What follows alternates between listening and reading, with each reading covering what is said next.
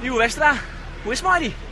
Ja, ik heb wel wat beter. Ik hoop je het een beetje op goede voeten, maar naar je de man voor toe is. Maar ja, ik heb wel wat vertrouwen in dat het goed komt. Dus ja, ik heb wel aardig goede voeten op die dag. Dus ik hoop dat die rustdag me goed hadden en dat ik gewoon een goed niveau had. Ja, hier is zelfs ik les van die ribben, een skorke in die ribben. Hoe is het daar nou maar dan? Ja, het bloot gewoon een beetje stier omheen, maar normaal had ik er met fietsen geen les van. Dus ik hoop gewoon dat het gewoon goed is en dat ik gewoon optimaal kan presteren, zeg maar. Is dat in het begin van de Tour nog wel een soort les van hom? Ja, het was wel beperkt, ja. Het was wel een beetje beperkt, dus ik heb er wel wat les van. Maar ik hoop dat ik er nou gewoon terug kom en dat het nou goed is. Ik heb het gevoel nou ik, want de start al Moffen Tour is aardig goed. Goed is aardig met Wout Poels mooi. Had je het gevoel dat er nou terug in kan? Is dat zijn niveau verrast? Ja, dat is goed afwachten natuurlijk. Hè. Ja, die dag weet, van de rustdag weet goed en ik hoop dat het goed nog wedstrijd is. Ja, dat het weg goed is, dan is het gewoon klaar. Maar zou ik me nou veel, dan ziet het er wel goed uit. Dus ik had er wel vertrouwen in. Waar rost hij dan nog op? Het is 2 dagen. Ja,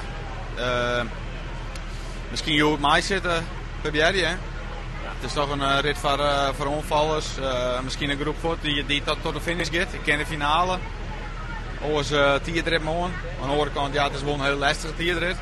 2 bergen van de tweede categorie, dat is misschien wat te? Ja, misschien wel iets te lastig, maar ja, zulke dingen, daar ben ik gewoon allemaal mee bezig. Dus gewoon de kansen die ik krijg, die mag ik gewoon pakken. Ja, dus goed zo kennen. Ja, het is net zo dat ik zei nou van de morgen tierdrit, ik blow in het peloton. Wat Jorrit van de Midi in Gap. Hoe is je er met de sfeer in de ploeg? Hoe gaat dat? Ja, goed. Een goede sfeer. Dus ja, nee, we hadden echt naar je zin en we leiden ze nog. Hele grote prijsjes mijn naam, waren nog niet eens 7. Maar ja, aan de andere kant ja, wij eigenlijk net een Sagan of een Kittel of Kevin is onboord natuurlijk. Maar aan de andere kant hebben we een grote Lietse prijs en bier kwam erin. Dus op zich is de sfeer goed. Dat jou dan wel voldoening. Een rit recht noemen bij Lies van de strijdlustigste renner. Maar ik 3 keer maar de ploeg een dijklassement woon, dat jou het wel voldoening. Ja, tuurlijk, ja.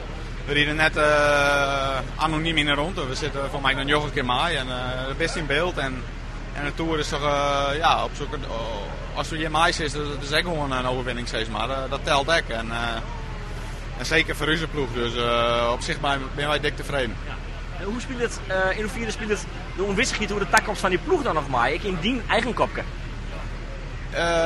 Ja, nou ja, klaar. Ik maak gewoon mijn werk doen. En ik hoop gewoon de trainer te komen. En dat is gewoon het belangrijkste op dit moment. En ja, de rest over de toekomst, ja, dat is gewoon afwachten. Het wordt al heel lang en ja, we zien het wel. Ja, het wordt heel lang wat betreft de kanselij bedoelst. Ja.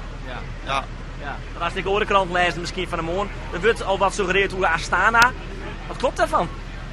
Ja, nou, ik weet van, eigenlijk nog van niks, want ik zit hier in de Tour en mijn manager André die doet zijn werk en ik had er al vertrouwen in dat hij het gewoon goed doet. En voor mij is het gewoon het belangrijkste dat ik nou gewoon in de Tour blijf en hier gewoon mijn best doe en mijn werk gewoon goed doe. En ik had er al vertrouwen in dat hij zijn werk echt goed doet.